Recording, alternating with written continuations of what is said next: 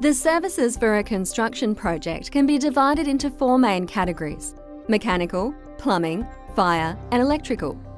Each needs to be designed carefully, generally in that order.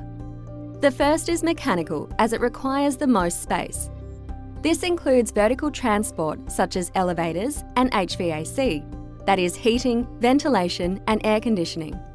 The next service is plumbing, which is both the supply and drainage of water for kitchens, bathrooms, and so on. This is followed by fire, which includes wet systems, such as sprinklers and hoses, as well as dry systems, like smoke detectors and evacuation speakers. The fourth and final service category is electrical.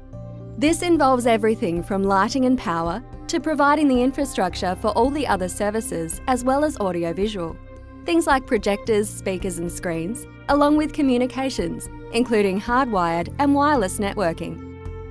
The electrical category also incorporates ELV or extra low voltage services for security systems, such as cameras and door controls. NAS Services Integration is being run by the contractor Lend-Lease.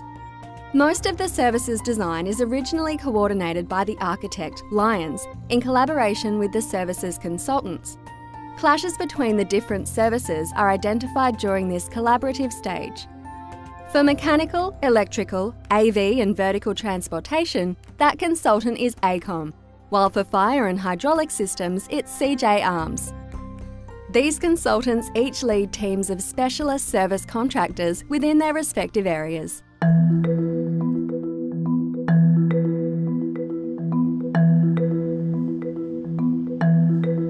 With the services design, it all starts with estimating spatials. The spatials are referred to are riser spaces within the core, which is commonly known as your lift lobby, and also the plant room spaces in the basement, commonly found, and also on the roof of a building.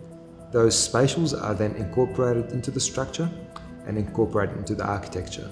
The way services are designed, they include all the different disciplines, all being designed simultaneously and integrating with each other. But mechanical will drive the overall sizing of your core space, which is your lift lobby space, and also your plant rooms. So for electrical services, working with live conditions, we had to firstly survey the site and make sure we are aware of where all the infrastructure is, how it is being reticulated from point A to point B, being able to document that in 2-dimension and then to elevate it into 3-dimension. So every switch, every socket, every light fittings, all the audiovisual equipment is transposed in 3D elevations, and then we then superimpose the structure on that. We're using a software called MEP Revit, which is a 3D tool that helps us design in 3-dimension, and that's really, I think, one of the key benefits on this project that's helped us get across the coordination issues of some of the projects. If this was being done 10 years ago, we would have probably got into a lot of strife in construction because of that, which has been eliminated by using 3-dimensional softwares. With the 3D model, they don't allow for everything as far as insulation on the ductwork, insulation on the pipework. Looks like there's a bit of space on there, and there really isn't. The existing build's got a lot of beams that run through it, whereas on a newer building you may not have that as much. On this one, being that it's old, there's a lot of columns and there's beams between every columns and intermediate beams, so they then restrict your space even more.